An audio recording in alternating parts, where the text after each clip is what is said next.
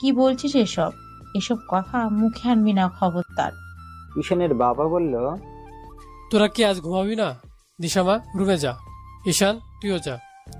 ঈশান বলল, বাবা, আজ আমি মায়ের কোলে ঘুমাবো, তোমরা চলে যাও সবাই। ঈশানের মা বলল, তোর বউ আবার রাগ করবে, যা ঘরে যা। দিশা বলল, রাগ করবো কেন? সেই কথা বলে দিশা রুমে চলে গেল। ঈশানের মা বলল, তোর বউ কিন্তু রাগ করে চলে গেল, যা ঘরে যা। রাগ করে করুক, আজ আমি এখানেই থাকবো, তোমার কোলেই ঘুমাবো। আমার চুলগুলো একটু বুলিয়ে দাও। ঈশানের বাবা তাই রুমের ভিতর যে সোফা আছে ওখানেই শুয়ে পড়ল। আর ঈশান তার মায়ের কোলে। তার মা আজ অনেক খুশি হলো তার ছেলেকে নিয়ে। সেই জন্যই তো তার গর্বের শেষ নেই। এরকম ছেলে পাওয়া আসলেই ভাগ্যের ব্যাপার। দিশা রুমে এসে শুয়ে পড়ল, কিন্তু তার কিছুতেই ঘুম ধরছে না। তবুও ঘুমানোর চেষ্টা করলো, কিন্তু সে এমন একটা খারাপ স্বপ্ন দেখলো যার কারণে আর তার ঘুম আসলো না। সে উঠে বারান্দার দিকে গেল। চারিদিকে অন্ধকার আর নীরবতা। কোন এক অজানা ভয়ে তার মন প্রাণ সংকুচিত হয়ে আছে। এদিকে তার শুধু বারবার ঈশানের কথাটা মনে হচ্ছে, কারণ ঈশান যেভাবে আজ বলল যে আর কোনো ভুল ত্রুটি হলে তাকে সে নিজেই বাড়ি থেকে বের করে দেবে। দিশা ভাবতে লাগলো, যদি হয়, সে ইচ্ছাকৃতভাবে না করলো, কিন্তু তার অজান্তেই যদি হয়ে যায়, কি হবে তার? ঈশান কি সত্যি তার সাথে এমন করবে? দিশা আনমনে বারান্দার রেলিং ধরে দাঁড়িয়েছে। হঠাৎ ঈশান থেকে পিছন দিক দিয়ে জড়িয়ে ধরলো আর বলল, এখানে এভাবে একা একা কি করছো? দিশা কোনো উত্তর দিল না। কি হলো? তবুও সে চুপ হয়ে আছে। ঈশান এবার দিশাকে ঘুরিয়ে তার মুখ পড়ল।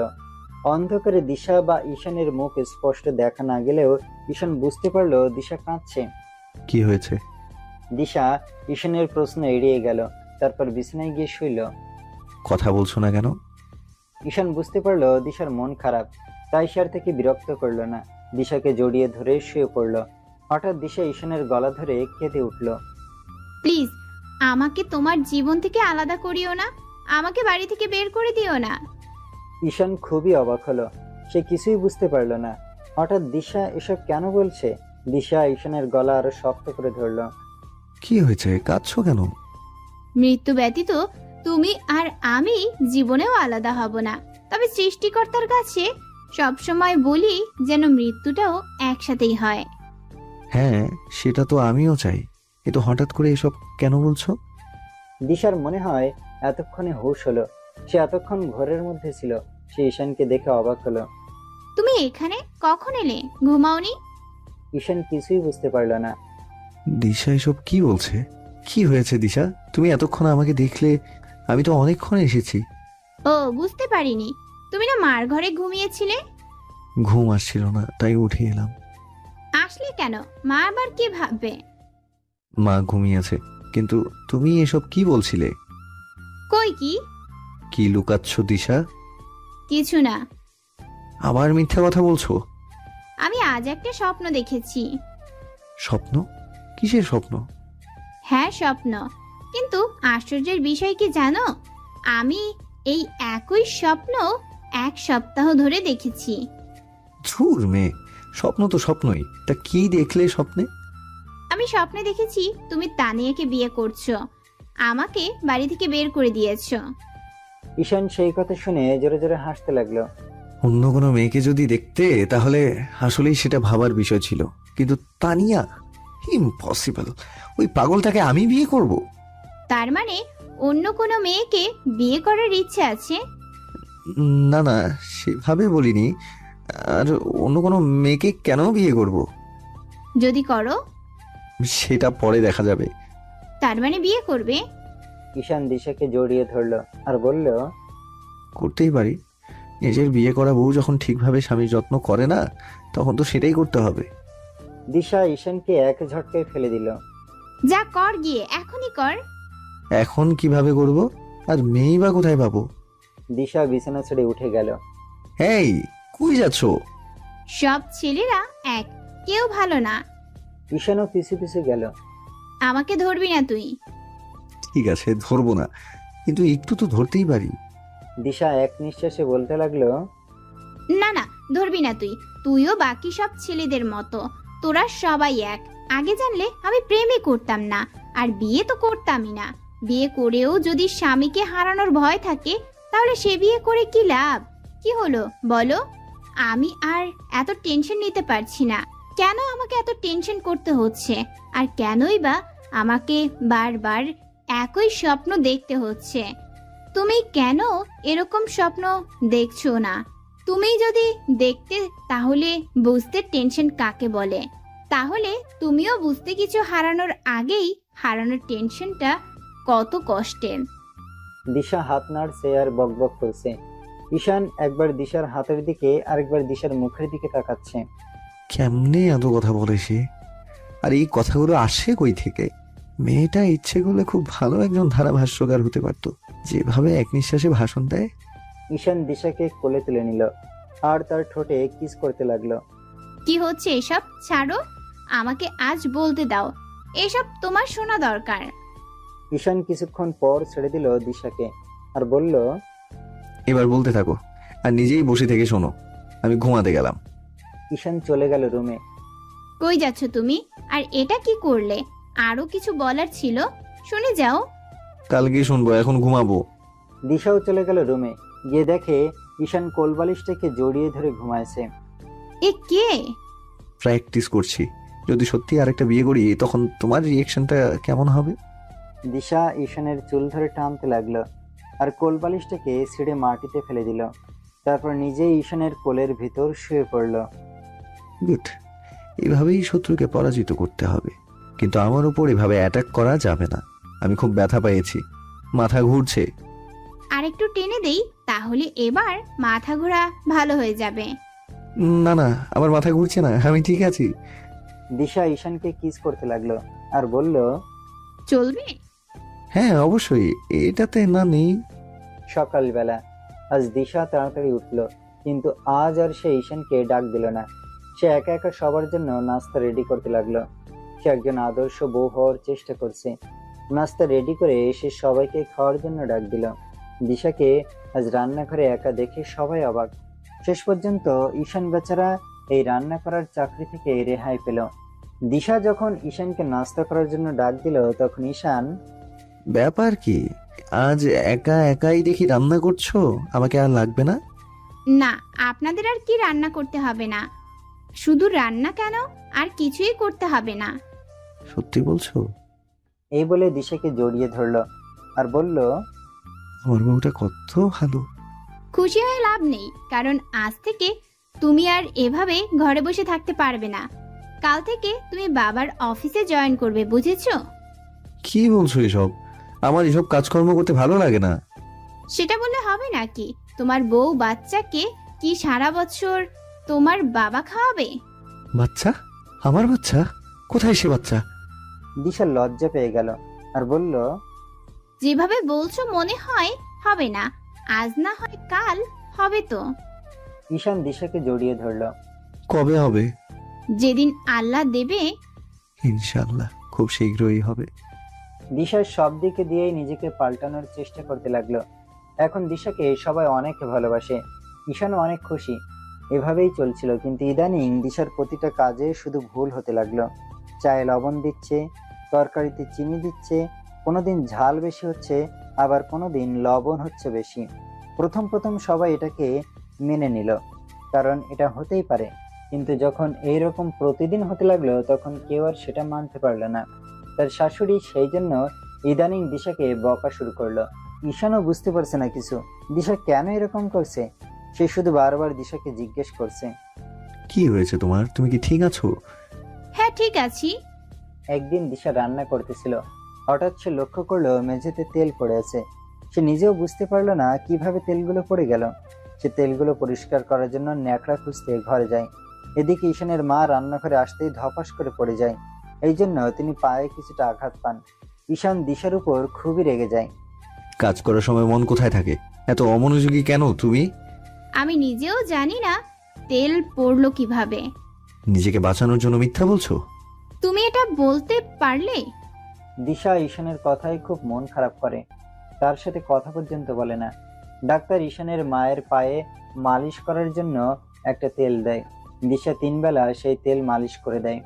প্রতিদিনের মতো আজকেও দিশা সেই তেল মালিশ করে দিল, তারপর ঘরে চলে গেল। ঈশান রুমেই আছে। দিশা ঈশানকে দেখে এড়িয়ে যেতে ধরলো।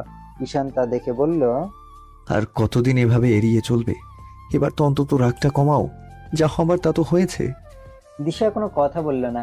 ঈশান দিশাকে বলল, ভাবছি কোথাও একটু ঘুরতে যাব। এ বাড়িতে কেন জানি আর ভালো লাগছে না। তাছাড়া এ বাড়িতে থেকে কি লাভ? বউ একটু আদর করে না, মনে হচ্ছে ভালোবাসা সব শেষ হয়ে গেছে। দিশা এবারও কোনো কথা বলল না। সে বাইরে চলে গেল। হঠাৎ তার শাশুড়ি চিৎকার করে উঠল, বাবারে, মরে গেলাম, বাঁচাও আমাকে। দিশা দৌড়ে তার শাশুড়ির রুমে আসলো। এদিকে তার শাশুড়ি চিৎকার করতেই আছে। তার শাশুড়ি বলল, তাড়াতাড়ি ঈশানকে ডেকে দাও, আমি মরে গেলাম, আমার পা জ্বলছে, আমার পা পুড়ে যাচ্ছে। দিশা ঈশানকে ডাক দিল। দেখো তো মার কি হয়েছে, চিৎকার করছে কেন এত? ঈশান আসার সাথে সাথে তার মা অজ্ঞান হয়ে পড়ে যায়। ঈশান তাড়াতাড়ি করে তার মাকে ডাক্তারের কাছে নিয়ে যায়। ডাক্তার ঈশানের মায়ের পরীক্ষা নিরীক্ষা করছে। হঠাৎ ঈশানও চিৎকার দিয়ে উঠল, কারণ তারও হাত জ্বলছে। ডাক্তার ঈশানেরও ট্রিটমেন্ট শুরু করে দিল। ঈশানের বাবা শোনা মাত্র পাগলের মতো ছুটে এলো। ডাক্তার কিছুক্ষণ পরীক্ষা নিরীক্ষা করে জানালো যে তার মায়ের পায়ে যে তেলটা মাখানো হতো সেটার ভিতর বিষাক্ত কেমিক্যাল পটাশিয়াম সায়ানাইড পাওয়া গেছে। ঈশানের বাবা বাসায় ফোন করে জানিয়ে দিল যে বোতলটা যেন কেউ না ধরে। হঠাৎ ঈশানের মনে হলো দিশার কথা, কারণ সেই তো এই তেল তার মায়ের পায়ে মালিশ করে দিচ্ছিল। তাহলে দিশা ঠিক আছে তো? ঈশান বেড থেকে উঠতে ধরলো আর বলল, আমার বউকে একবার চেক আপ করতে হবে, কারণ ও এই তেল মালিশ করে দিচ্ছিল। ডাক্তার বলল, ও মাই গড, তাড়াতাড়ি ওনাকে কেউ ডেকে আনুন। ঈশানের বাবা ঈশানকে বলল। তুই এখানেই থাক, আমি ডেকে আনছি দিশাকে। ঈশানের বাবা দিশাকেও হসপিটালে আনলো। ডাক্তার পরীক্ষা করে দেখলো দিশা ঠিক আছে। ডাক্তার তো নিজেই কিছুটা অবাক হলো। এটা কি করে সম্ভব? দিশার কিছু হলো না কেন? দিশা তখন বলল, আমি আমার হ্যান্ড গ্লাভস পরে তেল মালিশ করেছি, আর সেই জন্যই তো আমার কিছু হয়নি। হঠাৎ ইরা বলে উঠল, তুমি তো খালি হাতেই তেল মালিশ করে দাও, তা আজ হঠাৎ হ্যান্ড গ্লাভস পরে তেল মালিশ করলে কেন? মানে কি, তুমি কি আমাকে সন্দেহ করছো? সন্দেহ করছি না, তোমাকে জিজ্ঞেস করছি কেন আজ হ্যান্ড গ্লাভস পরেছিলে। ঈশান এবার রাগ হলো। মা অসুস্থ আর তোরা ঝগড়া করছিস? ইরা বলল, তুই চুপ কর, তুই কোনো কথা বলিস না। মা অসুস্থ কেন হলো সেটা ভেবে দেখেছিস কখনো? আর এই পটাশিয়াম সাইনাইড তেলের ভিতরে কিভাবে এলো? আমি আরো বেশি অবাক হচ্ছি, তোর বউ কি আগে থেকেই জানতো যে আজ তেলে পটাশিয়াম সাইনাইড আছে, তাই সে হ্যান্ড গ্লাভস পরে তেল মালিশ করলো? দিশা এবার কথা বলে উঠল, তুমি এসব কি বলছো? আমি আজ এমনিতেই হ্যান্ড গ্লাভস পরেছিলাম, কারণ তেলটা খুব ভারী আর আঠালো, তাই বারবার হাত ধুলেও পরিষ্কার হতো না। আর তাই আমার মনে হলো গ্লাভসটা পরে তেল মালিশ করলে আর হাতে লাগবে না, তাহলে আর বারবার ধুতেও হবে না। কিছুক্ষণ পর ডাক্তার এলেন। ডাক্তারের চোখ মুখ দেখে মনে হচ্ছে মারাত্মক কিছু ঘটে গেছে। সবার ভয় হতে লাগলো। ঈশানের মায়ের রিপোর্ট দেখে ডাক্তার নিজেই কেঁদে ফেললেন। তিনি কথা বলতে পারতেছিলেন না। ঈশান বলল, ডাক্তার, আমার মায়ের কি হয়েছে? ডাক্তার বলল, আগে বলেন আপনার মায়ের কোনো বড় শত্রু আছে কিনা? শত্রু? কিসের শত্রু? ডাক্তার বললেন, শত্রু না থাকলে এই জঘন্য কাজটা করলো কে? ঈশানের মেজাজ খারাপ হতে লাগলো। ডাক্তার সাহেব, আসল কথা বলুন, কি হয়েছে আমার মায়ের? আপনার মা জীবিত থেকে মৃত, কারণ তিনি আর কথা বলতে পারবেন না, আবার চলাফেরাও করতে পারবেন না। তার পুরো শরীর প্যারালাইজ হয়ে গেছে। মানে কি কি বলছেন এসব? হ্যাঁ, ঠিকই বলেছি। সায়ানাইড খুব মারাত্মক একটি রাসায়নিক যৌগ, যার এক ফোঁটা কেউ খেলে সাথে সাথে সে মৃত্যুর কোলে ঢলে পড়ে। যেহেতু রোগী সায়ানাইড খায়নি তাই তার মৃত্যু হয়নি, কিন্তু এই মারাত্মক কেমিক্যাল শরীরে লাগানোর পরে তা রক্তের মাধ্যমে পুরো শরীর চলে গিয়েছে। এই জন্য রোগী পুরো শরীর অবশ হয়েছে। সেই কথা শুনে সবাই চিৎকার করে কাঁদতে লাগলো। সবাই শুধু বলছে, কে করলো এই কাজ? আমার মায়ের এত বড় শত্রু কে? ঈশান একেবারে নীরব হয়ে গেল। সে কোনো কথাই বলতে পারছে না। ডাক্তার জানালো, এখন রোগী অনেক সেবা করতে হবে। তাকে বুঝতে দেওয়া যাবে না যে সবাই তার জন্য কষ্ট পাচ্ছে। সবসময় তার সাথে একটা লোক থাকতেই হবে। ডাক্তার আরো বলল, যে এই কাজটা করছে তার উদ্দেশ্য রোগীকে ধীরে ধীরে কষ্ট দেওয়া, যদি সে রোগীকে মারতে চাইতো তাহলে এটা খাওয়াতে পারতো বা অন্য কোনো কেমিক্যালে খাইয়ে মারতে পারতো, কিন্তু সে কেন এটা তেলের সাথে মিশালো সেটাই বুঝতে পারছি না। ইরা কাঁদতে কাঁদতে বলল, আর এসব বললেন না ডাক্তার সাহেব, আমার কিছুতেই সহ্য হচ্ছে না। ঈশান তার মায়ের কাছে গেল। তার মাকে এভাবে পড়ে থাকা দেখে সে চিৎকার করে উঠল। মা, ওঠো ওঠো মা। তুমি যদি আমার সাথে কথা না বলো তাহলে আমি কার সাথে কথা বলবো? আমি কার কোলে ঘুমাবো? কে আমার চুল টেনে দিবে? ঈশান পাগলের মতো কাঁদতে লাগলো। দিশা নিজেকে অপরাধী ভাবতে লাগলো, কারণ তেলটা রোজ সেই মালিশ করে দেয়। সে কি করে নিজেকে নির্দোষ প্রমাণ করবে? তার কথা কে বিশ্বাস করবে? এটা ভাবতে দিশা কেঁদে উঠল। সে ঈশানকে কোনো সান্ত্বনা দিতেও পারছে না। দিশার খুব খারাপ লাগতে লাগলো। ডাক্তার জানালো, রোগীকে এখানে না রেখে বাসায় নিয়ে ট্রিটমেন্ট করেন, ওনার ভালো করে সেবা করেন। যদিও সুস্থ হবে না, আর তবে যদি দিন হায়াত আছে ততদিন বেঁচে থাকবে। সেই কথা শুনে সবাই পাগলের মতো কাঁদতে লাগলো। কি হয়ে গেল এটা? ঈশানের মাকে বাসায় আনা হলো। তার সেবার জন্য একটা নার্স রাখা হলো বাসায়। দিশা যেই তার শাশুড়ির রুমে গেল, ঈশানের বাবা রেগে গেল। তোমাকে এ রুমে আসতে হবে কেন? তোমার কোনো প্রয়োজন নেই এখানে। কি বলছেন বাবা? মার এখন অনেক সেবার দরকার, আমাকে থাকতেই হবে সব সময়। ইরা রেগে গেল দিশার উপর। লজ্জা শরম বলতে যদি কিছু থাকতো তাহলে আর এই রুমে আসতো না। দিশা কাঁদতে লাগলো। তোমরা সবাই আমাকে দোষ দিচ্ছ কেন? আমি কেন এই কাজ করতে যাব? তোমরা বিশ্বাস করো আমি এই কাজ করিনি। ইরা বলল, তাছাড়া এই বাড়ির বাইরে কি আছে? তুমি তো একমাত্র বাইরের লোক। আমি বাহিরের লোক? কি বলছো তোমরা? আমি এ বাড়ির বউ, তোমাদের মতো আমিও এ বাড়ির একজন সদস্য। দিশা ঈশানের কাছে গেল। সবাই কি বলছে তুমি শুনতে পাচ্ছ না? আমাকে কেন দোষারোপ করছে এরা? অন্তত তুমি কিছু বলো। ঈশান কোনো উত্তর দিল না। ইরা বলল, মা তোমাকে এই সব সময় বকতো। ঈশান তোমার থেকে মাকে বেশি ভালোবাসতো। তাছাড়া মা যদি জানতো তোমার লাভ ম্যারেজের কথা তাহলে কি হতো? সেই জন্য হিংসে করে এইসব করেছো তুমি। ঈশান কোনো কথা না বলে বাইরে চলে গেল। দিশা কাঁদতে কাঁদতে রুমে চলে গেল। ঈশান সারা রাত বাইরেই থাকলো। দিশা অনেকবার ফোন দিল, কিন্তু ফোন না ধরে অফ করে রাখলো। সকালবেলা দিশা রান্নাঘরে রান্না করতে গেল, কিন্তু গিয়ে দেখে তানিয়া রান্না করছে। তুমি রান্নাঘরে কি করো? ইরা আপা আজ থেকে আমাকে রান্না করতে বলেছে। কেন? তা তো আমি জানি না। ইরা আপা বলল আপনি যেন রান্নাঘরের আশেপাশে না আসেন। দিশা ইরার কাছে গেল। দিশাকে দেখে ইরা বলল, তুমি কি জন্য এসেছো তা আমি ভালো করেই জানি। শুধু আমি না, বাবা আর ঈশানও চাই তুমি যেন এই সংসারের কোনো কাজকর্ম না করো। খাবারে যদি কোনো সময় কেমিক্যাল মিশিয়ে আমাদের সবাইকে মেরে ফেলো। দিশা এবার রেগে গেল। আপনি কিন্তু এবার একটু বেশি বাড়াবাড়ি করছেন। এই বিষাক্ত কেমিক্যালটা আবার আপনি মেশান নাই তো? কথাবার্তা সাবধানে বলো। আমি আমার মাকে কেন এত কষ্ট দেব? কারণ আপনার মা তো সারাক্ষণ আপনাকেই বকতেন, আপনার স্বামীকে অপমান করতেন। এটা অন্য রকমের বাড়াবাড়ি হচ্ছে দিশা। কথাগুলো শুনতে কেমন লাগলো? আমাকে যখন বলো তখন আমারও এভাবেই লাগে। দিশা চলে যেতে ধরল।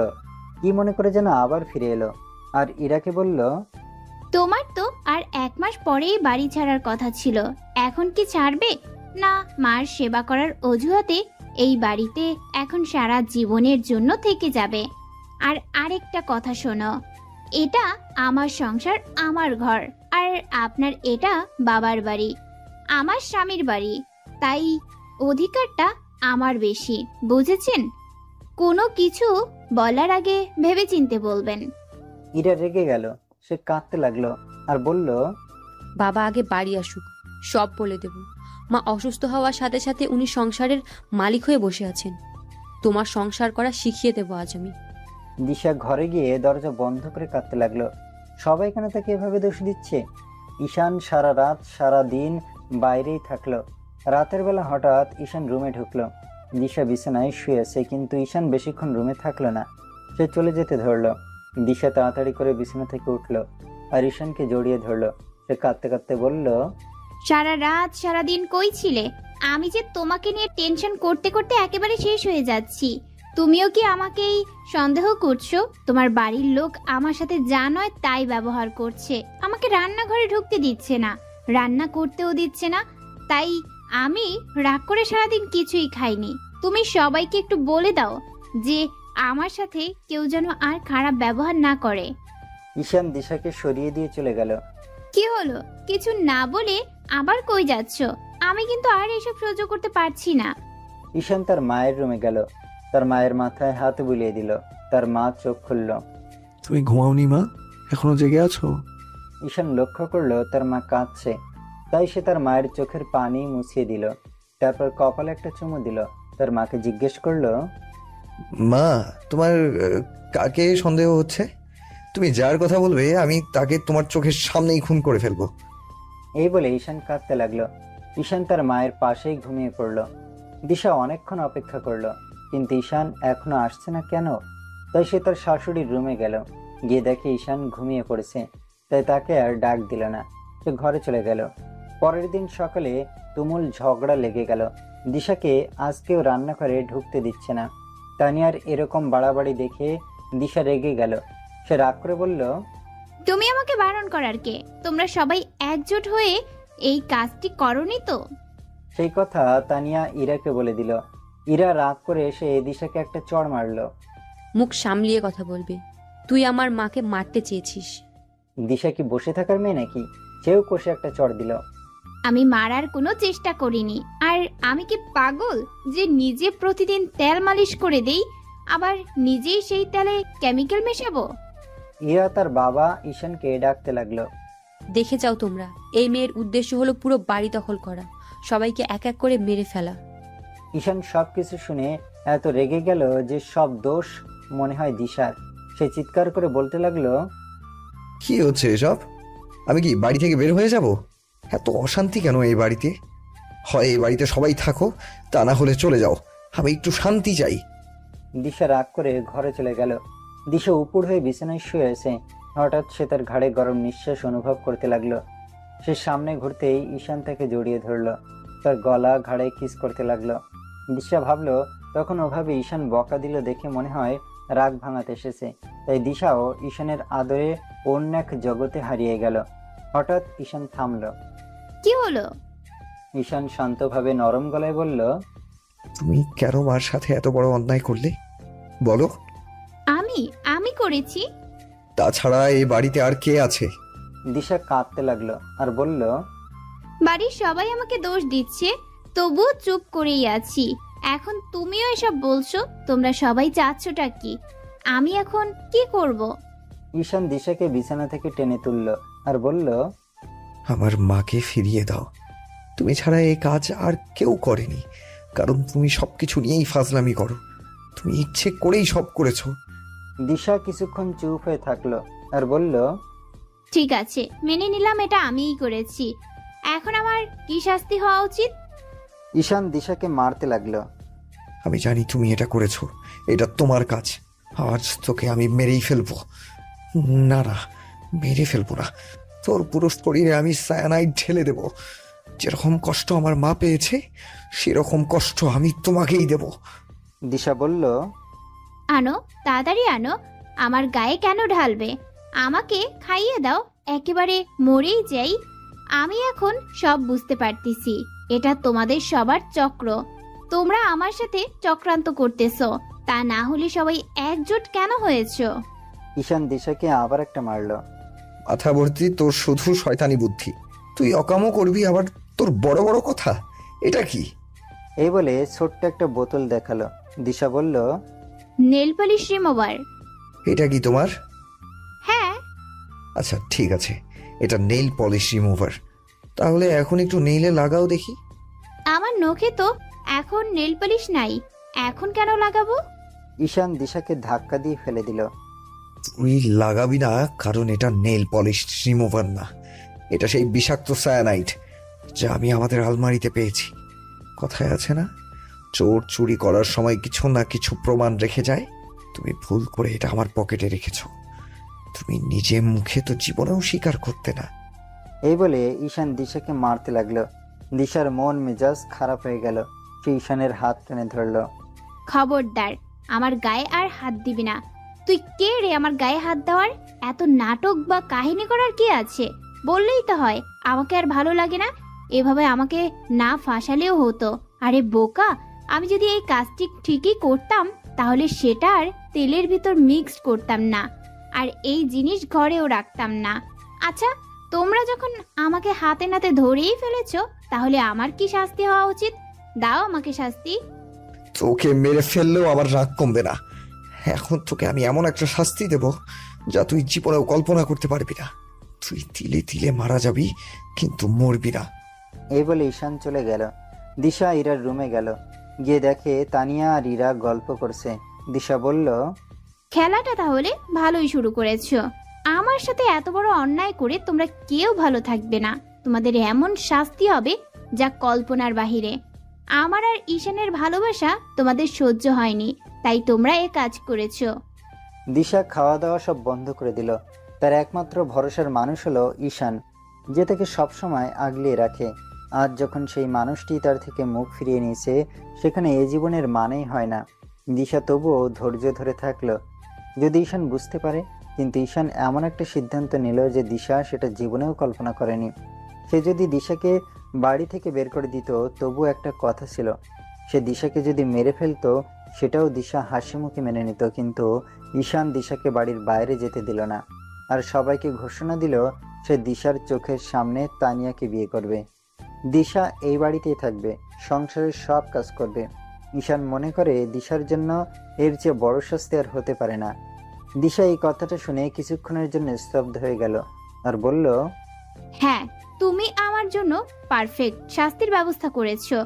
তবে তোমার এই স্বপ্ন জীবনেও পূরণ হবে না, কারণ আমি দোষ করিনি। তাই আমার জন্য এই শাস্তি প্রাপ্য না। আজ তোমাদের সবার আনন্দের দিন। এই দিনটা না আসলে আমি বুঝতামই না কে কেমন, কার মনে কি চলছে। তবে দিন আমারও একদিন আসবে ঈশান, সেই দিন আমি মাথা উঁচু করে দাঁড়িয়ে থাকবো, আর তুমি আমার কাছে নত হবে। তুমি এত কাঁদবে যে আমার কিছুই মনে হবে না। আজ যেমন আমি কাঁদতেছি, তোমরা সবাই হাসতেছো, সেই দিন আমি হাসবো, তোমরা কাঁদবে। এই বলে দিশা বাড়ি থেকে বের হতে ধরল। ঈশান দিশার হাত টেনে ধরল আর বলল, কই যাচ্ছ তুমি? এই বাড়িতে থেকেই তোমার শাস্তি ভোগ করতে হবে। আমি থাকবো না এ বাড়িতে, আমাকে ছেড়ে দাও ঈশান।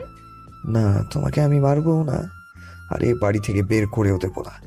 তুমি এই বাড়িতেই থাকবে। এই বলে দিশাকে ঘরে বন্দি করে রাখলো। ঈশান তার মায়ের কাছে গিয়ে কাঁদতে লাগলো।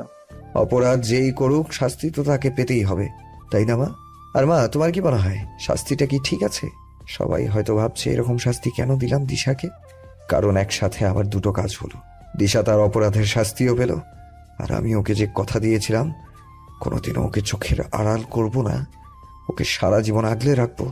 ও যতই অপরাধ করুক মা, আমি ওকে অনেক বেশি ভালোবাসি। ওকে না দেখে আমি কিছুতেই থাকতে পারবো না। ওকে আমি কোনোদিনও কষ্ট দেব না, সে প্রমিসও করেছিলাম, কিন্তু সেটা আর রাখতে পারলাম না। আজ ওকে অনেক মেরেছি, ও নিশ্চয়ই অনেক কাঁদছে। দিশা কেন এমন করলো তোমার সাথে মা? কেন? ও নিজের বিপদ কেন ডেকে আনলো? ও কেন একটাবার আমার কথা ভাবলো না? ওর অনেক ফাজলামি মেনে নিয়েছি, কিন্তু এবার তো সে কোনো ফাজলামি করেনি, মারাত্মক অপরাধ করেছে। আমার মায়ের সাথে অন্যায় করেছে, আমার মায়ের জীবনের সব আনন্দ কেড়ে নিয়েছে। ঈশান কাঁদতে লাগলো। তার পাশে আজ কেউ নেই। সে আর কাকে বিশ্বাস করবে? যে একমাত্র বিশ্বাসের যোগ্য ছিল, সেই যখন বিশ্বাসঘাতকতা করলো, তখন আর কে বুঝবে তার কষ্ট? ইরা দিশাকে নানাভাবে তিরস্কার করতে লাগলো। আমার স্বামী যদি আমার চোখের সামনে অন্য একটা মেয়েকে এইভাবে বিয়ে করত, তখন আমি হয় নিজেকে শেষ করে দিতাম, তা নাহলে অনেক দূরে পালিয়ে যেতাম। কিন্তু দিশার তো দেখি অনেক ধৈর্য। স্বামী বিয়ে করার কথা শুনেও এখনো এই বাড়িতেই পড়ে আছে। কি নির্লজ্জ মেয়ে রে তুমি! দিশা কাঁদতে লাগলো। আমি বুঝতেছি না আপনি কেন আমার সাথে এমন করছেন। আমি কি ক্ষতি করেছি আপনার? কি করলাম আমি? শুধু মনে করিয়ে দিলাম যে ঈশান আর তানিয়ার কিন্তু কাল বিয়ে। চেহারা দেখে তো মনে হচ্ছে না তোমার মনে আছে, তাই মনে করিয়ে দিলাম। কাল তো খুব বড় গলায় বললে এই সংসার তোমার, এই বাড়ি তোমার, কিন্তু কয়েক সেকেন্ডের মধ্যে কিভাবে সবকিছু পাল্টে গেল। ইরা দিশার কানে কানে বলতে লাগলো, এ থেকেই বোঝা গেল তোমার থেকে এই বাড়ি আমার পাওয়ার বেশি। এখন সব আমার কথাতেই চলবে, আর এই পুরো সংসার ও এখন আমার। তানিয়া তো পাগল, ওকে যেমন ভাবে নাচাবো তেমন ভাবেই নাচবে। তুমি এই বাড়িতে থাকার জন্য আর সংসারে রাজত্ব করার জন্য নিজের মায়ের সাথে এত বড় অন্যায় করতে পারলে? না না, এই দোষটা আমাকে দিও না দিশা। আমি মার কোনো ক্ষতি করিনি, মার ক্ষতি তো তুমি করেছো। তুমি ভেবেছিলে মায়ের সাথে অন্যায় করে পুরো সংসার তোমার দখলে আনবে। তা আমি বেঁচে থাকতে কি করে হতে দেই বলো তো? জমি চাষ করলে তুমি, বীজ বপন করলে তুমি, কিন্তু ফসল পেলাম আমি। কালকের জন্য রেডি হও দিশা। কাল থেকে তুমি শুধু চাকরানি হয়ে থাকবে, আর তোমার স্বামী, বুঝতেই তো পারছো ব্যাপারটা, না আরো বিস্তারিতভাবে বিশ্লেষণ করতে হবে? ইরা চলে গেল। দিশা নিজেকে আর কন্ট্রোল করতে পারল না, সে কাঁদতে লাগলো। আজ তার পাশে কেউ নেই। এদিকে ঈশানের বাড়ির লোকেরা অপমান করছে, অন্যদিকে ঈশান তো কথাই বলে না, তাই সে এই বাড়ি থেকে চলে যাওয়ার সিদ্ধান্ত নিল। ঈশান রুমে এসে দেখে দিশা নাই। দিশা তাহলে কই গেল? সে পুরো বাড়ি খুঁজে দেখলো, কিন্তু দিশাকে পেল না। ঈশান বুঝতে পারলো না দিশা বাড়ির বাইরে গেল কিভাবে, কারণ সে যাতে বাড়ি থেকে বের হতে না পারে সেটা সবাইকে বলা হয়েছে। ঈশান সবার উপর রাগ দেখাতে লাগলো। ঈশান বুঝতে পারছে না কি করবে এখন সে। ঈশান দিশাকে খুঁজে না পেয়ে প্রায় পাগলের মতো হয়ে গেল। সে জানতো দিশা রাগের মাথায় কিছু একটা করে ফেলবে, তাই সে সবসময় তাকে নজরে নজরে রাখত। কিন্তু দিশা বাড়ির বাইরে গেল কিভাবে? ঈশানের মনে হলো সে বোধহয় দিশাকে সারা জীবনের জন্য হারিয়ে ফেলল। প্রায় 1 সপ্তাহ পর ঈশান জানতে পারল দিশার বান্ধবী সীমার বাড়িতে আছে। ঈশান পাগলের মতো ছুটে গেল সেখানে। ঈশানকে দেখে সীমা অনেক বেশি অবাক হলো। তুই এখানে? দিশা কই? তা আমি কি করে জানবো? তোর এখানে আসেনি? না। আচ্ছা ঠিক আছে, আমি চললাম। এই বলে ঈশান চলে যেতে ধরলো। সীমা তাকে ডাক দিল। এসে যাচ্ছিস যে, বসলি না? এখন বসার সময় নেই, পরে আরেকদিন আসবো। দিশাকে খুঁজতেছিস কেন? কই গেছে ও? জানি না। জানিস না মানে? কি বলছিস এসব? ঈশান কাঁদতে লাগলো। কি হয়েছে, কাঁদছিস কেন তুই? দিশা মনে হয় আর বেঁচে নেই। কি বলছিস এসব? তাছাড়া ও গেল কোথায়? কেন, তুই ওকে বকেছিলি? ঈশান কোনো উত্তর দিল না। কি হলো, উত্তর দে। ঈশান চুপ হয়ে আছে। তুই আর কি উত্তর দিবি? আমি তো শুনলাম তুই নাকি ওকে অনেক মারধর করছিস, আবার শুনলাম আরেকটা বিয়েও করবি।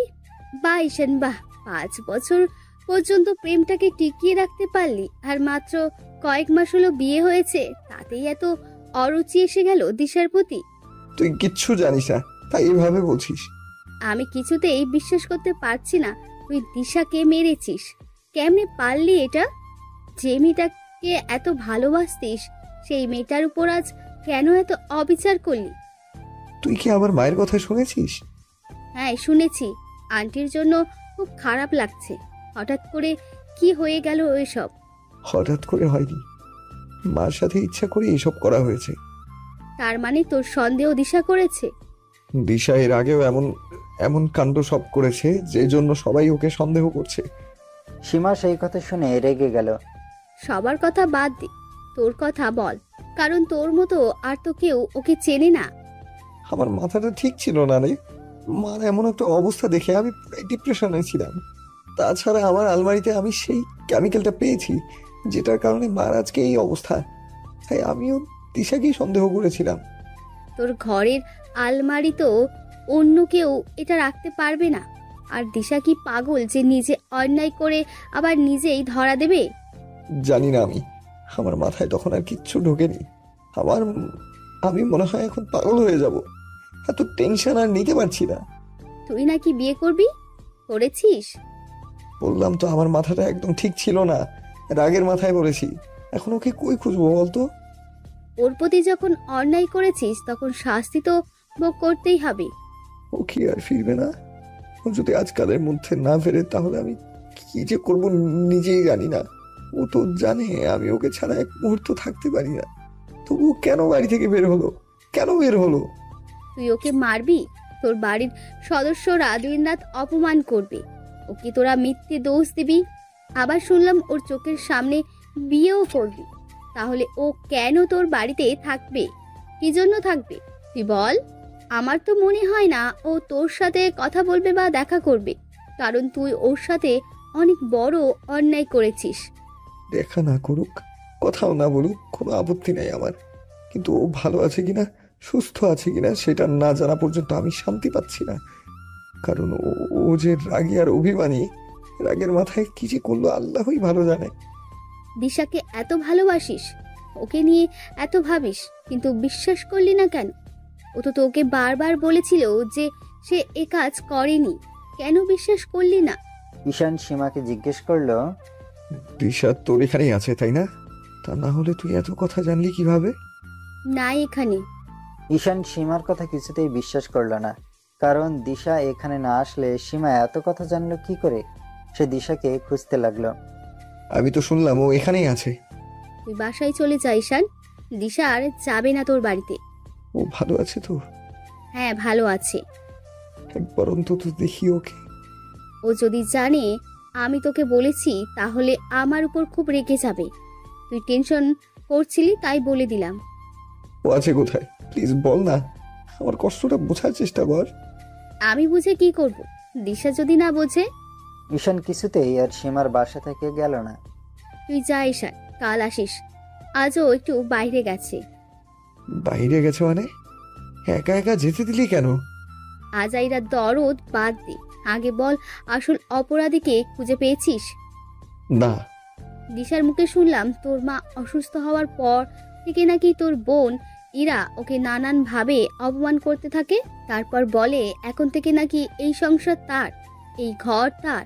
তাহলে বোঝ তোর বোন কত স্বার্থপর। দিশা তোর বোনের জন্যই বাড়ি থেকে চলে এসেছে। ওর আর সহ্য হচ্ছিল না কিছুতে। তার মানে এই কাজটা ইরা করেছে? তা তো আমি জানি। দিশা আমাকে যা যা বলেছিল সেটাই বললাম তোকে। শুধু তাই না, এদিকে নাকি তানিয়া ও দিশাকে অপমান করেছে। যে তানিয়াকে তোরা মাথা মোটা বলিস, সেও তোর বউকে অপমান করার সাহস পেয়েছে। তাহলে তুই বুঝতে পারছিস দিশা আমাকে আরো বলেছে। ঈশান আমাকে কখনোই ভালোবাসেনি। ভালোবাসলে অবশ্যই আমাকে বিশ্বাস করত, আর তানিয়াকে জীবনেও বিয়ের কথা বলতো না। আমার যদি সত্যি তানিয়াকে বিয়ে করার ইচ্ছা থাকতো তাহলে এখনো করিনি কেন তুই বল? আমি রাগ করে বলেছিলাম কারণ সেদিন আমি হাতে নাতে প্রমাণ পেয়েছিলাম। এখন কি করে বুঝলি দিশা কোনো অপরাধ করেনি? এখন কেন ওকে খুঁজতে বের হয়েছিস? তুই এই কথাটা বলতে পারলি? তুই জানিস না আমি দিশাকে ছাড়া ভালো থাকতে পারবো না। দিশা যদি আমার জীবনে না থাকে তাহলে আমি নিজের জীবনটাই শেষ করে দেব, সত্যি বলছি। হঠাৎ কলিং বেল বেজে উঠল। সীমা বলল, হয়তো দিশা এসেছে। ঈশান বলল, তুই দাঁড়া, আমি খুলছি দরজা। পাগল হয়েছিস তুই? তুই লুকিয়ে থাক আপাতত। ঈশান সীমার কোনো কথাই শুনল না। সে নিজেই দরজা খুলে দিল। দিশা আর ঈশান কিছুক্ষণ দুইজন দুইজনের দিকে তাকিয়ে রইল। ঈশান দরজাতেই দাঁড়িয়ে রইল। সীমা বলল, ঈশান দরজা থেকে সরে যা, ওকে রুমে আসতে দে। ঈশান হেসে উঠল। দিশা ঈশানকে দেখে সীমার উপর খুব মন খারাপ করলো। তুই আমার নিজের বান্ধবী হয়ে কি করে ঈশানকে বলে দিলি তুই এটা করতে পারলি? বিশ্বাস কর আমি বলিনি কিছু ঈশানকে। ঈশান একাই এসেছে। সে পাগলের মতো তোকে খুঁজে বেড়াচ্ছে। কেন আমাকে খুঁজছে কেন? আমি আর ঈশান নামের কাউরে চিনি না। ঈশান চুপচাপ দিশার কথা শুনছে। দিশা রুমে চলে গেল। ঈশান কি করবে এখন বুঝতে পারছে না। সে কোন লজ্জায় ওর সাথে কথা বলবে, কিন্তু ঈশান লজ্জা শরম ত্যাগ করে দিশার রুমে ঢুকলো। অন্যজনের রুমে পারমিশন নিয়ে যে ঢুকতে হয় তা বুঝি আপনি জানেন না? ঈশান দিশার হাত ধরলো আর বলল, প্লিজ আমাকে ক্ষমা করে দাও। আমি ভুল করে তোমাকে দোষারোপ করেছি, কিন্তু এখন আমি আমার ভুল বুঝতে পেরেছি। আমার হাত ছাড়ুন আর রুম থেকে বের হয়ে যান। আমি আপনাকে চিনি না। প্লিজ দিশা, আমার কথাটা একবার শোনো। আমার তোমাকে প্রয়োজন। আমি তোমাকে ছাড়া ওই বাড়িতে থাকতে পারছি না। দিশা ঘর থেকে বের হয়ে গেল। ঈশানও পিছু পিছু গেল। আপনি এরকম করছেন কেন? সীমা তুই কিছু বল। আমি কি বলবো? তোদের ব্যাপার তোরা মিটিয়ে নে।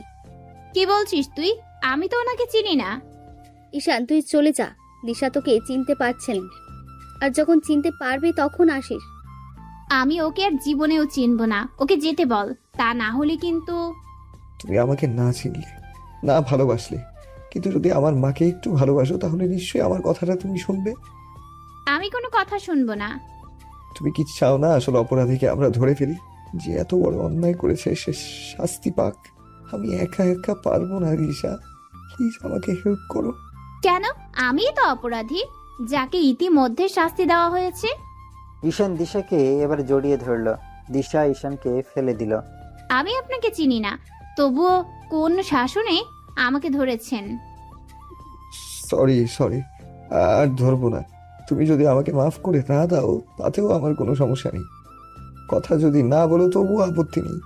তুমি যদি আমাদের বাড়িতে আর না যাও সেটাও জোর করবো না, কিন্তু আসল অপরাধীর উচিত সাজা হোক সেটা তো নিশ্চয়ই চাও। প্লিজ না করো না, প্লিজ। আমি কিভাবে সাহায্য করব? তুমি আগে বাসায় চলো, তারপর শিখিয়ে দেবো। না, আমি যাব না। আমার নিরাপত্তার দায়িত্ব কে নিবে? মানে কিসের নিরাপত্তা? একটা অচেনা ছেলের বাড়িতে যাব, সেখানে থাকবো। আমার যদি কোনো ক্ষতি হয়? তুমি কোন ক্ষতির কথা বলছো? কে করবে ক্ষতি? আমি তো সবসময় তোমার সাথেই থাকবো। আমি অন্য মানুষের কথা বলছি না, আপনার কথাই বলছি। আপনার মনে যদি শয়তানি জাগে, তখন আমাকে কে বাঁচাবে? ঈশান হেসে উঠল। আমি কেন তোমার সাথে শয়তানি করব? আচ্ছা ঠিক আছে, যখন আমাকে ভয় পাচ্ছ তখন আমি নিজেই থাকলাম না বাড়িতে। আপনি তাহলে আমাকে কেন নিয়ে যাচ্ছেন যেখানে আপনি নিজেই থাকবেন না? আপনি না বললেন আমার সাহায্য লাগবে আপনার? ওকে, আমিও থাকবো, আর কথা দিলাম কোনো ক্ষতি হবে না তোমার। আমার বাড়িতে তুমি সম্পূর্ণ নিরাপদ। পরে কিন্তু আমাকে জোর করতে পারবেন না আপনি। আমি কিন্তু ও বাড়িতে আর কিছুতেই থাকবো না। তোমার যা মন চায় তাই করবে, কিন্তু এখন তো চলো। আপনি বললেই আমি যাব নাকি? আমাকে তো আগে ভাবতে হবে। ঈশান আর কোনো তর্ক করল না, কারণ যে করে হোক দিশাকে বাড়ি নিয়ে যেতে হবেই। ঈশান চলে গেল। সীমা দিশাকে বলল, খুব তো বড় গলায় বললি, আর বাড়ি যাবি না ওই বাড়িতে। এখন যেতে রাজি হলি কেন? ঈশানের বোন আমাকে যে অপমান করেছিল, তোর মনে নেই? ওনাকে শাস্তি দেওয়ার একটা উপযুক্ত সুযোগ পেয়ে গেলাম, কারণ আমার বিশ্বাস উনি এই কাজ করেছে। অপরাধী ধরা পড়লেই আমি আর ও বাড়িতে থাকবো না। তাছাড়া আমি একা যাব না, তুইও যাবি আমার সাথে, কারণ ঈশানের উপর বিশ্বাস নেই আমার। আমি গেলে ঈশান রাগ করবে না? আমি কি ওর বউ হিসেবে যাচ্ছি নাকি? আমি তো জাস্ট অপরাধী ধরতে যাচ্ছি। সীমা হাসতে লাগলো। ঈশান আর তোকে আমি তোদের থেকেও ভালো করে চিনি, বুঝলি? আমাকে সব শেখাস না। তুই দেখে নিস, আমি এবার আর কিছুতেই দুর্বল হব না।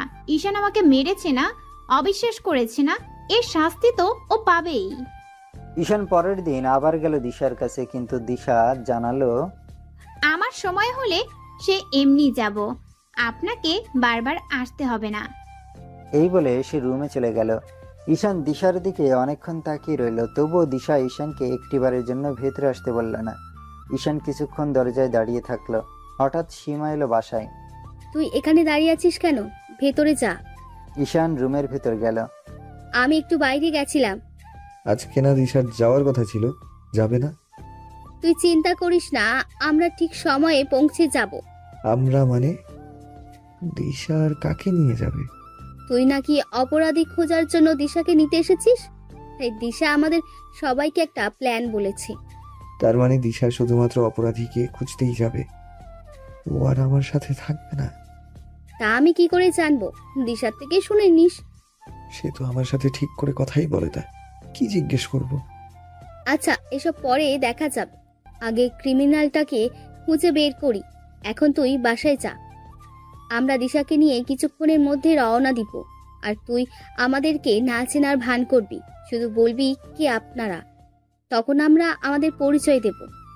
ঈশান আস্তে করে মাথা নাড়ল আর বারবার রুমের দিকে তাকাতে লাগলো, কিন্তু দিশা আর একবারের জন্য বাইরে এলো না। সীমা বুঝতে পারল ঈশান দিশার সাথে কথা বলার জন্য উকি মারছে, তবুও সে ঈশানকে বলল, দেরি করছিস কেন? বাসায় যা। ঈশান চলে গেল। ঈশানের মুখ চোখ দেখে সীমার খুব খারাপ লাগলো। বেচারা বউয়ের টেনশনে কখন যে পাগল হয়ে যায়। সীমা দিশাকে বলল, যা করবি ভেবে চিন্তে করবি। আর আমার মনে হয় ঈশান ওর শাস্তি পেয়ে গেছে। ওর মুখের দিকে তাকানো যাচ্ছে না। তাছাড়া ওর তখন মন মানসিকতা ছিল না, তাই না বুঝে তোর সাথে অন্যায় করেছে। আর তুই কিন্তু বুঝে শুনে অন্যায় করছিস। প্লিজ সীমা, এ ব্যাপারে আর আমি কথা বলতে চাই না। আমি ঈশানকে চিনি না, ওর সাহায্যের দরকার, সাহায্য করতে যাচ্ছি, জাস্ট এটাই। যা ভালো মনে করো তোমরা। তোদের দেখে সবাই এতদিন শিক্ষা নেবে ভাবতাম, এখন তো দেখছি সব লাভ ম্যারেজে সেম কাহিনী।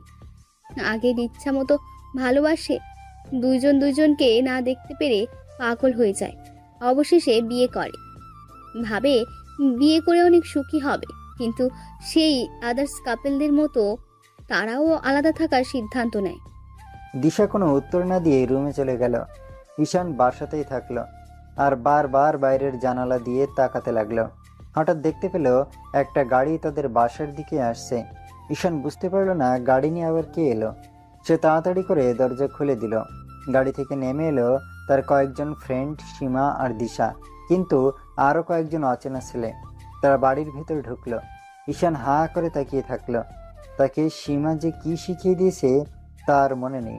এক এক করে ঈশানের বাবা, বোন, তানিয়া আর ঈশানের দুলাভাই, বাড়ির দারোয়ান সবাইকে দাঁড় করানো হলো। অচেনা এক ছেলে বলল, আমার নাম তারেক, আমি অপরাধ তদন্ত বিভাগ থেকে এসেছি। আপনাদের বাসায় গার্ডিয়ানের উপর খুব অন্যায় করা হয়েছে। কে করলো, কেন করলো, আপনারা সেটা না খুঁজে দিশাকে অনেক অপমান করেছেন। এজন্য দিশা আমাদের অফিসে গিয়ে সব বলে দেয়। তাই আমরা তদন্ত করার জন্য এসেছি। একজন সদস্য বাড়ির বাইরে যেতে পারবেন না। আমার অফিস আছে। 2-1 দিনের ছুটি নিয়ে নিন। আপনি কি চান না আপনার বউয়ের উপর যারা এই অন্যায় করেছে তাদের শাস্তি হোক? অপরাধী তো দিশাই, তাছাড়া কি আর করবে এই জঘন্য কাজ? আবার একটা সেরলাম করলেন আপনি। একজন নির্দোষ মানুষকে দোষ দেওয়াটা অনেক বড় অন্যায়। ঈশানের বাবা চুপ হয়ে গেল। ঈশান দিশাকে টেনে অন্যখানে নিয়ে গেলেন। কে ইনি? আমাকে ধরেছেন কেন? যা বলার সরাসরি বলুন। ইনি একজন অপরাধ তদন্ত বিভাগের অফিসার। এনার কাজই হলো অপরাধীকে খুঁজে পুলিশের হাতে দেওয়া। তারেক বলল, আমার একটা আলাদা রুম চাই। আপনি এক এক করে জিজ্ঞেস করবো সবাইকে। ঈশান তারেককে একটা রুমে নিয়ে গেল। আর তারেক প্রথমে ঈশানের বাবাকে প্রশ্ন করতে লাগলো। তারেক এক এক করে সবাইকে জিজ্ঞেস করতে লাগলো, কারণ যে অপরাধী তার গলার স্বর শুনেই বোঝা যায় যে সে অপরাধ করেছে। কারণ অপরাধী ভয় পেলে তাদের গলার স্বর পরিবর্তন হয়। তারেকের সন্দেহ হলো ইরার উপর। কিন্তু তানিয়াকে দেখে মনে হলো সে খুব ভয় পাচ্ছে। তাহলে ইরা না তানিয়া এই কাজটি করেছেন? দিশা তারেকের কানে কানে বলল, তানিয়াকে 2-4টা ভয়ের কথা বলেন, তাহলেই সব বলে দিবে। তারেক তানিয়াকে আবার রুমে ডাকলো। তুমি এত ভয় পাচ্ছ কেন? না তো। এই মেশিনটা আগে কখনো দেখেছো? না। এটা হলো সত্য কথা বলার মেশিন। তুমি যতই মিথ্যা কথা বলো না কেন, আমি সত্যটা শুনতে পারবো। বললাম তো আমি খালার সাথে কোনো অন্যায় করিনি। আপনি যতই ভয় দেখান না কেন, আমি একই কথাই বলবো। খালার সাথে কিছু করনি মানলাম, কিন্তু দিশার সাথে তো করেছো। আমি মেশিনে স্পষ্ট দেখতে পাচ্ছি। তানিয়া সেই কথা শুনে ভয় পেয়ে গেল। তুমি যদি সত্যি বলো তাহলে তোমার কোনো শাস্তি হবে না। তানিয়া কাঁদতে লাগলো। স্যার, আমি খালার তেলে কোনো কেমিক্যাল মিশাইনি, বিশ্বাস করেন। করলাম বিশ্বাস, কিন্তু তুমি এখনো কিছু লুকাচ্ছ। বলো আমাকে, আমি সাহায্য করব তোমাকে। স্যার, যখন দেখলাম বাড়ির সবাই দিশাকে দোষারোপ করছে, তখন আমার মাথায় বুদ্ধি এলো যে এই সুযোগে দিশাকে সবার সামনে অপরাধী করলে ব্যাপারটা আরো ক্লিয়ার হবে। তাই আমি সায়ানাইড দিশার নেল পলিশের রিমুভারে বোতলে রাখি। হোয়াট? তুমি সাইনাইড কই পেলে? তুমি নাকি তেলে মেশাওনি সাইনাইড? আমি ময়লা ফেলতে গেছিলাম, সেখানে গিয়ে দেখি ইরা আপার স্বামী একটা বোতল গর্ত থেকে পুঁতে রাখছে। আমি বললাম, ওটা কি দুলা ভাই? তখন উনি বললেন, কে জানি এই কেমিক্যালটা এখানে ফেলে রেখেছে, অন্য কেউ ধরলে তো বিপদ হয়ে যাবে, তাই পুঁতে ফেলছি। দুলা ভাই চলে যাবার পর আমি বোতলটা সাবধানে তুলে ঘরে নিয়ে যাই, তারপর এই কাজটা করি। কিন্তু আমি খালার তেলে মেশাইনি সায়ানাইড। তারেক তানিয়াকে বলল, বাইরে যাও, আর আমাকে যা যা বললে তার কাউকে বলবে না। ঠিক আছে। তারেক এবার ঈশানের দুলাভাইকে ডাক দিল। আপনি ভালো আছেন? হ্যাঁ আছি। আপনি তো জানেন আপনার শাশুড়ির সাথে অনেক বড় অন্যায় হয়েছে। হ্যাঁ জানি। আপনি সেদিন কই ছিলেন? বাইরে। তাহলে তো আপনাকে দোষ দেওয়া কোনো উপায় নেই। হ্যাঁ। সাইনাইড আপনি দেখেছেন কখনো? না, আমি কিভাবে দেখব? ঠিক আছে যান। আর হ্যাঁ শুনুন, যদি কোথাও পড়ে থাকতে দেখেন অবশ্যই আমাদের জানাবেন। ঈশানের দুলাভাই হাঁ করে তারেকের দিকে তাকিয়ে রইল। তারেকে বলল, যান আপনি, আপনার বউকে ডাকুন। আপনি কি আমাকে সন্দেহ করছেন? না, হ্যাঁ সেটাই। কিন্তু আপনার মা অসুস্থ হওয়াতে তো আপনি খুব খুশি হয়েছেন। পুরো সংসারটা নিজের আন্ডারে নিয়েছেন, আর স্বামীর বাড়িতেও যেতে হবে না। এখন থেকে এখানেই থাকবেন। তাছাড়া আর কে আছে? মার অনুপস্থিতি তো আমাকেই দেখতে হবে। কেন, দিশা আছে না? আপনার চেয়ে তার অধিকার কিন্তু বেশি। সে আমার মায়ের সাথে অন্যায় করেছে, তারপরেও বলছে সে সংসারের দায়িত্ব নেবে। আমি যদি বলি আপনি করেছেন, আপনি এই সংসারে থাকার জন্য এমন জঘন্য কাজ করেছেন। কি বলছেন এসব? আমি করিনি। আপনার চোখ মুখ দেখেই বোঝা যাচ্ছে আপনি অপরাধী, যেহেতু আমরা এর আগে অনেক অপরাধী ধরেছি। আপনি বললেই হলো নাকি? তাহলে আপনি দিশার সাথে এত খারাপ ব্যবহার কেন করছিলেন, আর বারবার ওর দোষ কেন দিচ্ছিলেন? ও অপরাধী, তাই ওর দোষ দিচ্ছিলাম। এই যন্ত্রটা দেখেছেন? সত্য কথা বলার মেশিন। একবার মাথায় সেট করলে এ যাবৎ যত অন্যায় করেছেন সব বেরিয়ে আসবে। এখন ভেবে দেখুন, সব অপরাধের শাস্তি ভোগ করবেন, না এখন সত্য বলবেন? বিশ্বাস করুন, আমি কিচ্ছু করিনি। আমি শুধু দিশাকে অপমান করেছি, কারণ যখন দেখলাম মা অসুস্থ, ওদিকে আবার দিশা অপরাধী, তাই সংসারের দায়িত্ব তো এখন আমারই পাওয়ার কথা। তাই দিশাকে অপমান করেছি, আর কিচ্ছু না। কিন্তু আমি তো দেখতে পাচ্ছি আপনি অনেক আগে থেকেই দিশার উপর শত্রুতা করেছেন। দিশা রান্না শেষ করে ঘরে গেলে আপনি তরকারিতে ঝাল লবণ বেশি দিয়ে যেতেন, তাই না? আবার আপনার মা যে পিছলে পড়ে গিয়েছিল, সে তেলটাও আপনি হালাইছিলেন, তাই না? ইরা চুপ করে আছে। চুপ করে আছেন কেন? সত্য বলুন। হ্যাঁ। আপনি যদি এত অন্যায় করতে পারেন, আর এই কাজটা করতে কতক্ষণ? আপনি ভুল ভাবছেন। আমার উদ্দেশ্য ছিল দিশাকে অপমান করা, কারণ সবাই ওকে হঠাৎ করে খুব ভালোবাসতে শুরু করলো, তাই এমন করেছি। কিন্তু মার সাথে আমি এ কাজ করিনি। আপনার হাজবেন্ড কি সেদিন বাসায় ছিল যেদিন এই ঘটনা ঘটেছিল? না, ছিল না। ভালো করে ভেবে বলুন। সকালে উঠেই ও বাইরে গিয়েছিল, পরের দিন এসেছে। যান আপনি। তারেক আর তার সহকর্মীরা মিলে ভাবতে লাগলো। এদিকে ঈশান দিশাকে ঘরে আটকিয়ে রেখেছে। দিশা শুধু বলছে, ঈশান, বাহিরে যেতে দাও মাকে। না, আগে বলো এমন করছো কেন তুমি? আমি তো সরি বলেছি, ভুল হয়ে গেছে সেটাও বলেছি। সরি বললেই কি ক্ষমা করে দেব নাকি?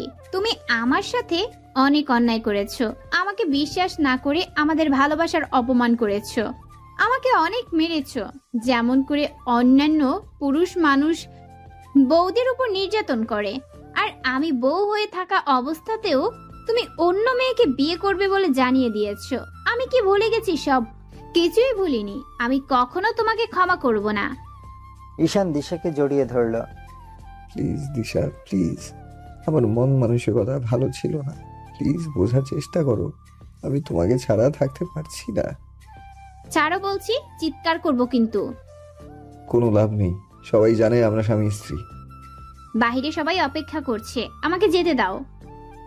না, আমি তোমাকে আর যেতে দেব না, দেখি তুমি কি করে যাও। এই বলে ঈশান দিশার ঠোঁটে কিস করতে গেল, আর দিশা ঈশানকে দিল জোরে এক কামড়। উফ, কি হলো এটা? শত্রুর হাত থেকে নিজেকে ছাড়িয়ে নেওয়ার নিনজা টেকনিক।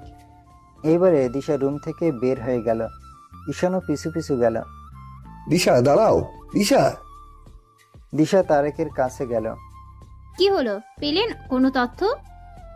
হ্যাঁ, অনেক তথ্যই তো পেলাম, আসল ক্রিমিনালকে এখনো বুঝতে পারছি না। তারেক দিশাকে সব কাহিনী বলল। দিশা শোনার সাথে সাথে বলল, তাহলে তো পেয়েই গেছেন আসামি। কিভাবে? আমাদের দুলাভাই জীবনেও তো ময়লা ফেলার জায়গায় যায় না, আর উনি নাকি আবার নিজেই পুঁতে রাখছেন কেমিক্যাল। ব্যাপারটা সন্দেহজনক। তা উনি সেদিন কেন গেছিল জিজ্ঞেস করছিলেন? ওনাকে তো আমিও সন্দেহের লিস্টে রেখেছি, এখনো জিজ্ঞাসাবাদ করা হয়নি। ওনাকে ডাকেন, জিজ্ঞেস করেন। তারেক ঈশানের দুলাভাইকে ডাকতে পাঠালো, কিন্তু তাকে কেউ খুঁজে পেল না। সবাই খুঁজতে লাগলো। এদিকে ইরা শুধু তার স্বামীকে বকতে লাগলো। মা সেই জন্যই ওকে বোকা বলে, তা না হলে কেউ আসামির মতো পালিয়ে বেড়ায়। এখন তো সবাই তাকেই সন্দেহ করবে। ঈশানের দুলাভাই পালাইছে, কিন্তু কিভাবে পালাইলো? চারিদিকে সবাই খুঁজতে লাগলো। এদিকে তারেক ঈশানকেও সমস্ত কাহিনী বলে দিল। ঈশান তানিয়াকে বলল, তুইও আছিস এর ভেতর? তানিয়া মাথা নিচু করে উত্তর দিল, তোরা তো সব দিশার দোষ দিচ্ছিলি, তাই আমি এই কাজটাই করেছি। ঈশান তানিয়াকে একটা চড় মারলো। তানিয়া কাঁদতে লাগলো আর বলল, এই দিশার কারণেই বারবার আমার বিয়ে ভেঙে যাচ্ছে। এই দিশাই আমার জীবনের সব কিছু কেড়ে নিয়েছে। বের হ, বাড়ি থেকে বের হ। তানিয়া, তুই এত শয়তান কেমনে হলি? বিশ্বাস হচ্ছে না। আপনি মনে হয় খুব সাধু। দিনে রাতে অপমান করতেন দিশাকে। আপনার কথা শুনেই তো দিশা বাড়ি থেকে চলে গিয়েছিল। ছোট মুখে এত বড় কথা? চুপ কর তুই। আর তোর স্বামী কই? তাড়াতাড়ি ডেকে আন, তা না হলে তুইও কিন্তু আর রেহাই পাবি না। দুজনকেই পুলিশে দেব। ঈশানের বাবা ইতিমধ্যে জ্ঞান হারিয়ে ফেলেছেন। কি বলছো এসব? ইরার স্বামী কেন এই কাজ করবে? বিয়ে হওয়ার পর থেকে এ বাড়িতে থাকছে, খাচ্ছে, আর এই বাড়ির সাথে বেমানি। ঈশানের বাবা দিশার কাছে অনেক ক্ষমা চাইল। দিশা বলল, ঠিক আছে বাবা, আমি কিছু মনে করিনি। মানুষের ভুল হতেই পারে। আমারও তো ভুল হয়েছে, আমাকেও ক্ষমা করে দাও। না, তোমার ক্ষমা নাই। তুমি আমাকে সবার থেকে বেশি চিনতে, অনেকদিন ধরে চিনতে। সবাই যে ভুল করেছে, তুমিও কেন সে ভুল করলে, এই জবাব আগে দাও। ঈশান কি করবে এখন? কারণ দিশা ঠিকই বলেছে, সবাই যে ভুল করতে পারে সে সেই ভুল করতে পারে না। কারণ সে দিশাকে অনেক বছর থেকে চেনে। তবুও কেন যে এই ভুলটা করলো, নিজে নিজেকে প্রশ্ন করলো। সবাই চলে গেল। এদিকে ঈশানের দুলাভাইকে খোঁজার জন্য পুলিশ পাঠানো হয়েছে। দিশা সীমার সাথে আবার চলে গেল। ঈশান এবার আর তাকে বাধা দিল না, কারণ কারো মনের বিরুদ্ধে জোর করা ঠিক হবে না। ঈশানের দুলাভাই বেশি দূর পালাতে পারেনি, তাকে পুলিশ ধরে ফেলল। কিন্তু তাকে দুই একটা চড় দিতেই আসল সত্য বের হয়ে আসলো। ইরার স্বামী বলল, আমি এসবের কিছুই জানি না। ইরা আমাকে একটা কাগজ দিয়ে বলল ওষুধের দোকান থেকে এটা কিনে আনো। আমি কাগজটা খুলেও দেখিনি, কিন্তু দোকানদার বলল নাই এটা। আমি চলে আসতে ধরলাম, হঠাৎ দোকানদার বলল এটা হবে না, তবে অন্য প্রোডাক্ট হবে। আমি বললাম হলেই হলো, সেটা নিয়ে আমি ইরাকে দেই। আমি আর কিছুই জানি না, বা ইরাকে জিজ্ঞেসও করিনি সে এটা দিয়ে কি করবে। এবার একটা মহিলা পুলিশ ইরার কানে দুইটা চড় দিল। ইরা চুপ হয়ে থাকলো, আবার গালে দুইটা চড় মারলো। ইরা কাঁদতে কাঁদতে বলল, আমার বাবার বাড়ি, আর আমাকেই দিনে রাতে ছোট হয়ে থাকতে হয়। আর কোথা থেকে উড়ে এসে অচেনা অজানা মেয়ে পুরো সংসারের মালিক হয়ে বসে আছে। আমি তো মার কোনো ক্ষতি করতে চাইনি, আমি শুধু দিশাকে কষ্ট দিতে চাইছিলাম। আর আমার এক বোকা স্বামী, ওকে আনতে বলেছিলাম হাত চুলকানোর ওষুধ, যা ধরার সাথে সাথেই চুলকানি শুরু হবে। ও কিছু না বুঝে সাইনাইড কেমিক্যাল এনেছে। কিন্তু কথায় আছে, রাখে আল্লাহ মা রেখে। ক্ষতি করতে চাইলাম দিশার, ক্ষতি হলো আমার মায়ের। এই বলে ইরা জোরে জোরে কাঁদতে লাগলো। ঈশান নিজের কানকেও বিশ্বাস করতে পারছে না, সে এসব কি শুনছে। ইরা এসব কি বলছে? সবাই অবাক হলো ইরার কথা শুনে। দিশাকে একটু শাস্তি দেওয়ার জন্য তার নিজের মা সারা জীবনের জন্য অচল হয়ে পড়ে থাকলো। পুলিশ ইরা আর তার স্বামীকে ধরে নিয়ে গেল। পুরো বাড়িটা কিছুক্ষণের মধ্যে একদম ফাঁকা হয়ে গেল। এখন বাড়িতে শুধু ঈশান আর তার বাবা থাকলো। ঈশান ঠিক করলো তার বাবার অফিসে জয়েন করবে। এভাবে একা একা আর কতই বসে থাকে সে। ঈশান চাকরিতে জয়েন করলো।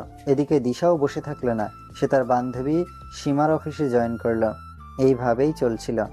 ঈশান আর দিশাকে ফিরিয়ে আনতে যায় না, আর দিশাও নিজের থেকে যায় না। কিন্তু ঈশানের বাবা সেটা কিছুতেই মানতে পারলেন না। এভাবে ছেলে মেয়ে দুইটা চোখের সামনে কষ্ট পাচ্ছে, তা কি করে সহ্য করা যায়? একদিন ঈশানের বাবা নিজেই গেল দিশাকে আনতে। দিশা কোনো উত্তর দিল না, সে হ্যাঁ বা না কিছুই বলল না। ঈশানের বাবা বলল, দিশামা, ভুল সবাই করছে, আমিও ভুল করেছি, ঈশানও করেছে। আমাদের ফ্যামিলির সবাই তোমার সাথে অন্যায় করেছে, সেজন্য আমি সবার হয়ে ক্ষমা চেয়ে নিচ্ছি। কিন্তু ঈশান যে তোমাকে ভালোবাসে, তোমাকে ছাড়া তার জীবন যে অপূর্ণ, সেটা কি বিশ্বাস করো? যদি ঈশানের ভালোবাসা নিয়ে তোমার কোনো সন্দেহ থাকে, যদি ওর সাথে থাকার ইচ্ছা না থাকে, তাহলে ডিভোর্স দিয়ে দিও। এভাবে বিবাহিত দুজন ছেলে মেয়ে আলাদা থাকা জায়েজ না, এটি সমাজের চোখেও খারাপ দেখায়। এখন সিদ্ধান্ত তোমার হাতে। যদি ঈশানের বউ হয়ে সারা জীবন কাটাতে চাও, তাহলে ফিরে এসো, আর ঈশানকে কষ্ট দিও না। ছেলের মুখের দিকে তাকাতে পারছি না আমি।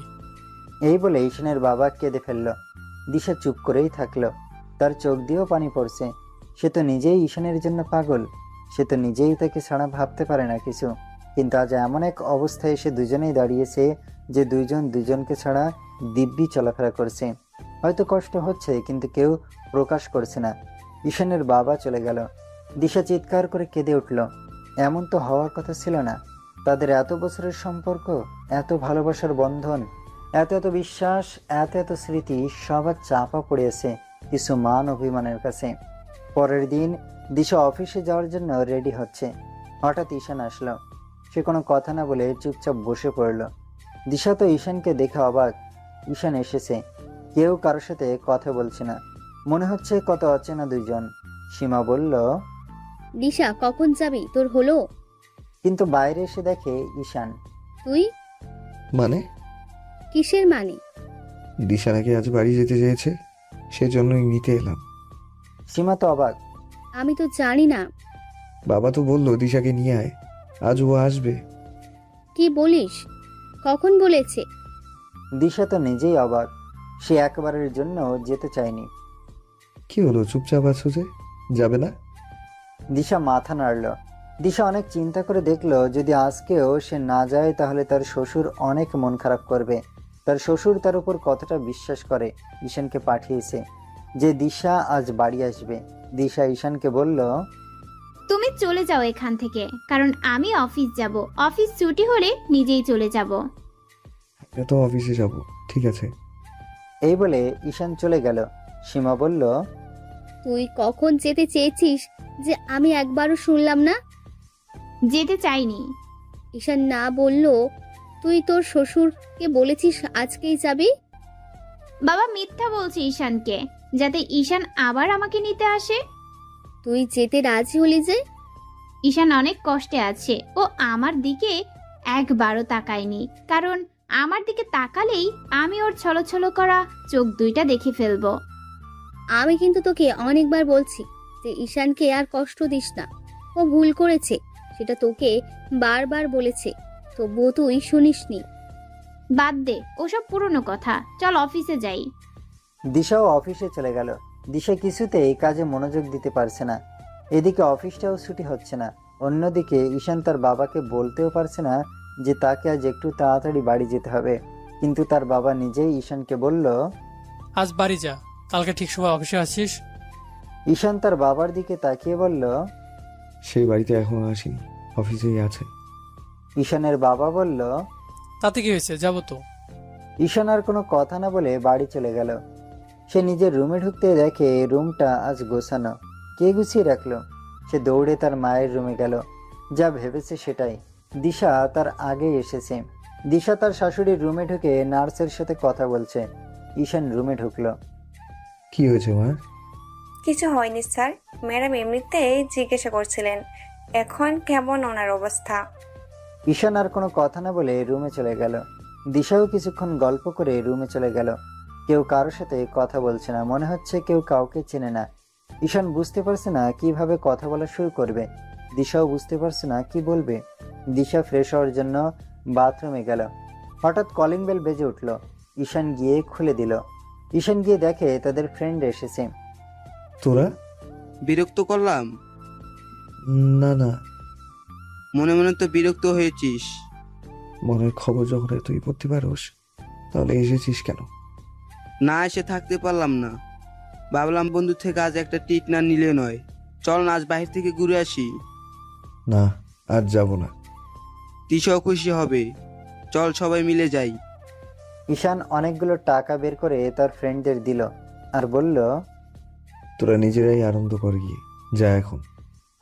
দোস্ত পরে যাই, তিশার সাথে একটু দেখা করি। দিশা ফ্রেশ হচ্ছে, ও এখন কথা বলবে না, তোরা যা তো। এই বলে ঈশান দরজা বন্ধ করে দিল।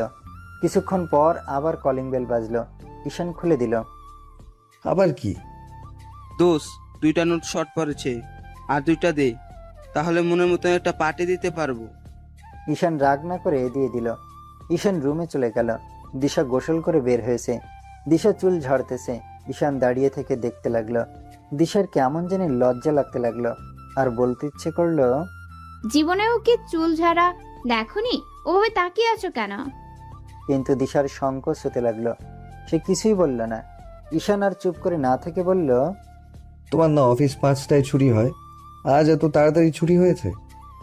দিশা ঈশানের দিকে তাকালো আর বলল, তোমার অফিস কি প্রতিদিন এই দুপুরেই ছুটি হয়? আমি আজ একটু তাড়াতাড়ি আসলাম। আমিও তাড়াতাড়ি আসলাম। কেন? তুমি কেন তাড়াতাড়ি এসেছো? ঈশান কোনো উত্তর দিল না। হঠাৎ আবার কলিং বেল বেজে উঠল। কে আবার এলো? আমি খুলে দিচ্ছি। থাক, লাগবে না, আমি দিচ্ছি। ঈশান গিয়ে দেখে তার বাবা এসেছে। বাবা, তুমি এত তাড়াতাড়ি? দিশা আসছে? হ্যাঁ। কই? এই বলে ঈশানের বাবা দিশার কাছে গেল। খুব ভালো লাগছে তোমাকে দেখে। বাড়িটা দেখে মনে হচ্ছে ভরে গেছে। বাবা, কিছু খাবার করে দেব? এসে রান্না করবে? আজ বাইরে খাবো। ঈশান, বাইরে থেকে কিছু কিনে আনতো।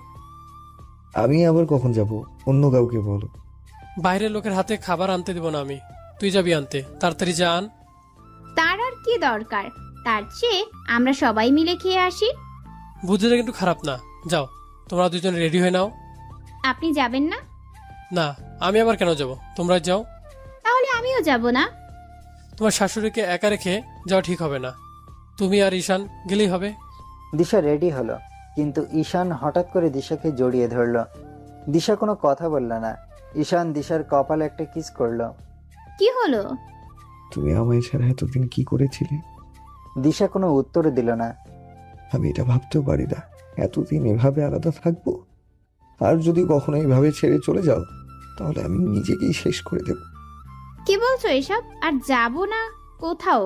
শুধু কি তোমার কষ্ট হয়েছে? আমার হয়নি।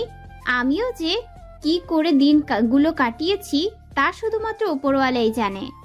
আজ থেকে আমাদের সংসার নতুন ভাবে শুরু করব, যেখানে কোনো প্রতিদ্বন্দ্বী থাকবে না, কোনো রাগ অভিমানও থাকবে না, আর কোনো ঝগড়াও না। অনলি ভালোবাসা থাকবে। ঝগড়া তো থাকবেই। ঝগড়া না থাকলে ভালোবাসা হবে কি করে? তাই তাহলে চলো আর একটু ঝগড়া করি, তারপর না হয় ভালোবাসবো। না, এখন ঝগড়া করার মুড নাই। বাহির থেকে এসে তারপর। ঈশান আর দিশা বাইরে গেল বেড়াতে। আর এভাবেই মিলন হলো ওদের দুজনের।